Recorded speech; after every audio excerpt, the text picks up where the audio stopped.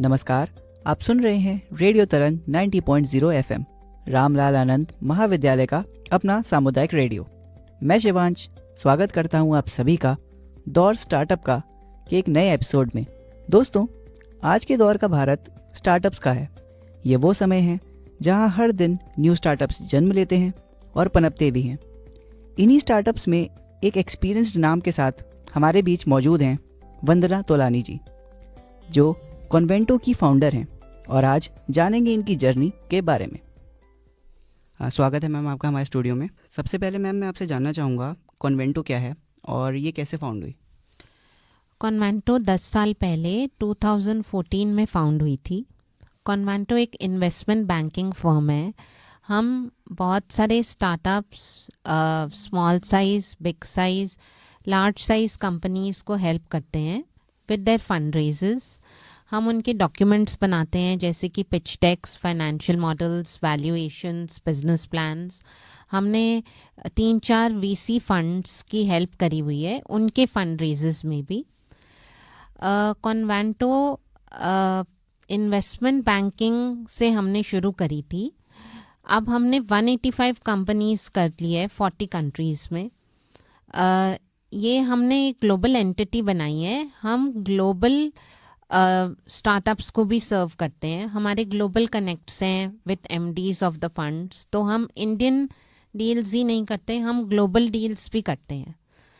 और इसेंशियली हमारा गोल यही होता है कि to help as many startups as we can उनके फंड रेजिंग के प्रोसेस में, शुरू से लेके एंड तक उनको इन्वेस्टर के साथ कैसे बात करनी है, क्या उनके पास डॉक्यूमेंट्स होने चाहिए, कितना उनको स्केल अप करके फिर इन्वेस्टर्स के पास जाना है, ये सब हम गाइडेंस देते हैं।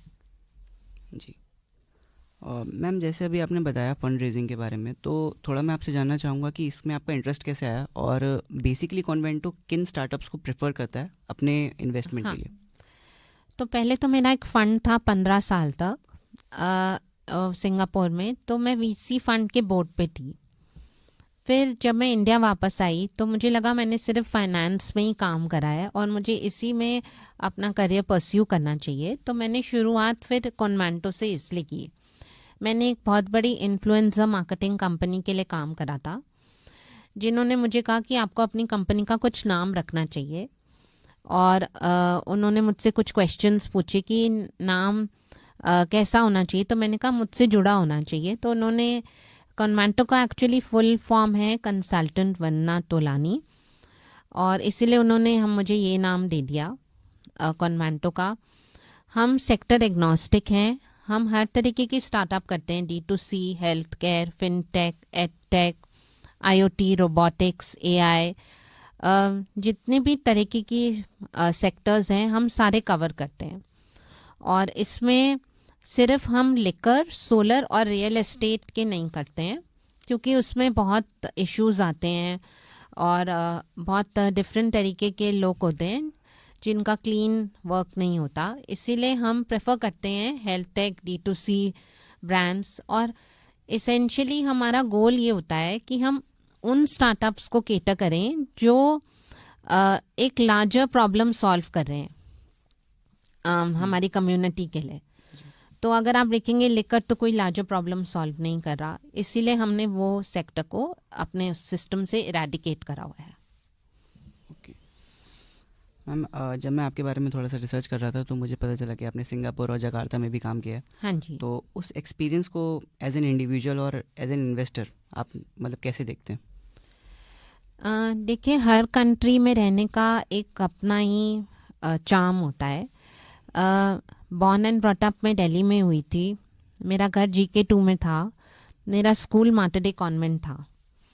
मेरा कॉलेज बॉम्बे में हुआ था और फिर मैं जकार्ता और सिंगापुर चली गई थी। तो सिंगापुर में आप बहुत फ्रीली वर्क कर सकते हैं बिकॉज वहाँ पे कोई fear of theft, fear of कोई भी क्राइम बहुत रेट लेस है। जकार्ता क्योंकि वो एक मुस्लिम कंट्री है तो वहाँ के हमको उनके अकॉर्डिंग, जैसे फास्टिंग है, उनके 5 टाइम्स प्रेयर्स है, तो उनके अकॉर्डिंग हमें वो चलना होता है, वहाँ पे विमेन को आगे नहीं रखते हैं। सिंगापुर में आप फ्रीली कर सकते हो, लेकिन कॉस्ट ऑफ लिविंग बहुत हाई है। लेकिन लॉज जो सिंगापुर के हैं वो बहुत इजी हैं इंडिया से ज़्यादा, स्पेशली जैसे वहाँ के लोग ज़्यादा ब्लॉकचेन, क्रिप्टो करेंसी और बिटकॉइंस ये सब में डील करते हैं, क्योंकि वहाँ के लॉ थोड़े इजी हैं। अगर हम वहाँ होल्डिंग कंपनी क्रिएट करते हैं तो हमें टैक्सेस से बहुत बेनिफिट मिलता है। लेकिन अभी इंडिया में भी गिफ्ट सिटी में इस तरीके के फैसिलिटी आई हुई है, जिससे कि हम वहाँ गिफ्ट सिटी में अगर कंपनी क्रिएट करते हैं तो हमको बहुत सारे टैक्सेस से एग्जेम्पशन मिलता है। तो इसीलिए ये मेरा अनुभव था। मैं जब इंडिया वापस आई तो मुझे लोगों ने काफ़ी वेलकम करा है, और 10 साल में आप देख ही रहे हैं कि किस तरीके से हमारी ग्रोथ हो चुकी है। जी, आपको 2021 में टॉप 10 वुमेन लीडर्स से सम्मानित किया गया था वेल्थ मैनेजमेंट में। हाँ जी। उसको थोड़ा सा, उस मूवमेंट को और उस एक्सपीरियंस को थोड़ा सा शेयर कीजिए प्लीज़।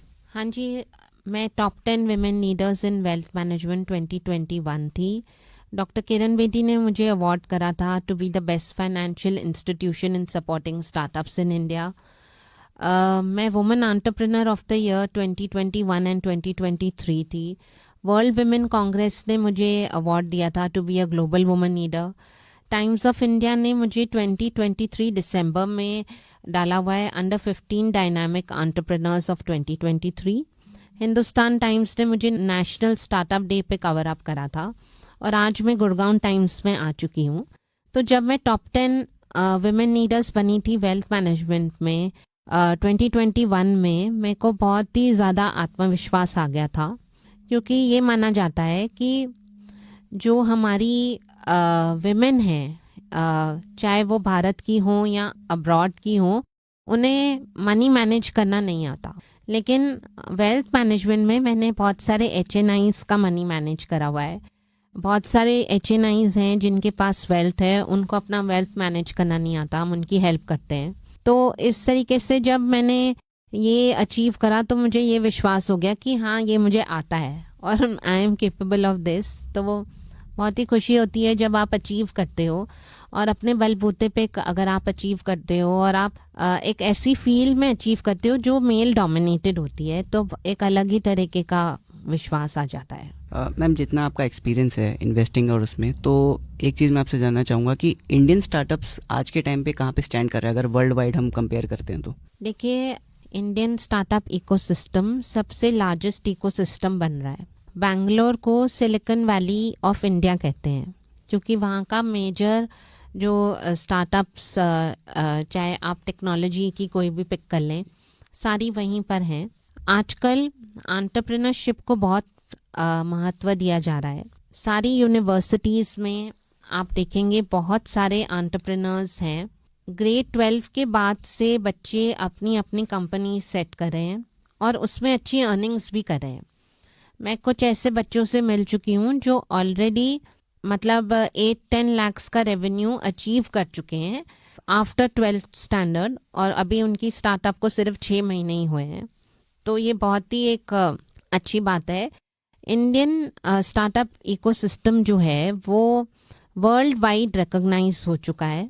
हमारी इंडिया से काफ़ी सारे यूनिकॉर्न्स क्रिएट हुए हैं इस साल, यानी कि 2023 में सबसे ज़्यादा यूनिकॉर्न्स क्रिएट हुए हैं। अगर आप इंफॉर्मेशन चेक करेंगे तो आपको पता लगेगा। तो आई वुड से कि हम काफ़ी आगे हैं अगर हमें अदर कंट्रीज से और सपोर्ट मिलता है in terms of fundraise, in terms of implementing new technologies, तो आई थिंक हम और ज़्यादा ग्रो कर सकेंगे।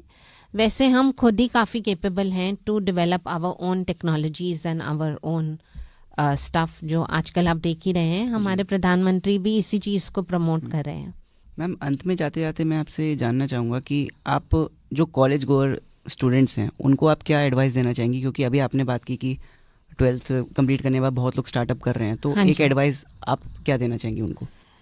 देखिए, मेरा तो लाइफ लेसन एक ही रहा है। इंग्लिश का एक कोट है, anybody who is criticising you is only doing so because they are doing less than you. तो अगर आपको कोई लाइफ में क्रिटिसाइज कर रहा है क्योंकि आपने कोई कदम उठाया है, वो इसीलिए ही कर रहे हैं आपको क्योंकि वो आपसे कम कर रहे हैं, तो आप उससे अपना सेल्फ कॉन्फिडेंस कभी तोड़ने मत दीजिए। और दूसरा कि परसिवियरेंस, पेशेंस और कंसिस्टेंसी, ये 3 क्वालिटीज़ से आप बहुत कुछ अचीव कर सकते हैं। दूसरों पे फोकस करने से बेहतर होता है हम अपने पे फोकस करें, तो कंपैरिजन कम करें, अपनी ग्रोथ पे ज़्यादा ध्यान दें। और एक बहुत अच्छी किताब है power of the subconscious mind, ये ज़रूर पढ़ें बिकॉज इससे आपका माइंड सेंटर में होगा और आप राइट अपॉर्चुनिटीज़ अट्रैक्ट करेंगे और आपको क्लैरिटी आएगी इन डायरेक्शन, क्योंकि बहुत सारे छोटे बच्चों को डायरेक्शन नहीं है, वो बस कंफ्यूज्ड हो रहे हैं कि ये करें वो करें। कुछ आर्ट्स के स्टूडेंट्स इकोनॉमिक्स पढ़ना चाहते हैं, कुछ इकोनॉमिक्स के स्टूडेंट्स आर्ट्स कर रहे हैं, तो बहुत सारा कन्फ्यूजन क्रिएट हो रहा है क्योंकि पीयर प्रेशर में कंपैरिजन बहुत होता है जी।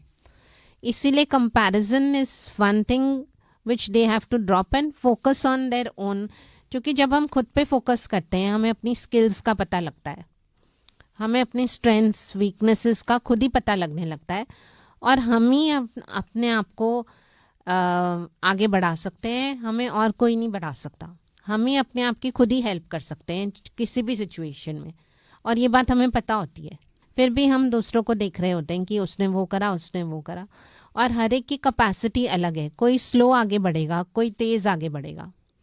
मैं आपको ये कह सकती हूँ कि अगर मेरे पास राइट काइंड ऑफ बैकिंग और सपोर्ट सिस्टम होता, जो मैंने 10 साल में अचीव किया मैं 2 साल में कर लेती, लेकिन मुझे स्लोली लाइक कहते हैं ना slow and steady wins the race, ऐसे हो गया 10 साल तक। तो मुझे उसका कोई रिग्रेशन नहीं है क्योंकि अल्टीमेटली अचीवमेंट तो हो ही गया। तो ये बात ध्यान में रखनी है कि किसी का स्लो प्रोग्रेस होता है, किसी का फास्ट, बट प्रोग्रेस सभी का होता है। जी, बहुत बहुत धन्यवाद मैम अपना टाइम देने के लिए, हमसे बात करने के लिए। थैंक यू सो मच, और आपका भी बहुत धन्यवाद शिवांश, थैंक यू। तो आपने अभी सुना वंदना तोलानी जी को और जाना स्टार्टअप्स के बारे में। ऐसे ही और रोमांचक कार्यक्रमों के लिए सुनते रहिए रेडियो तरंग 90.0 FM। धन्यवाद।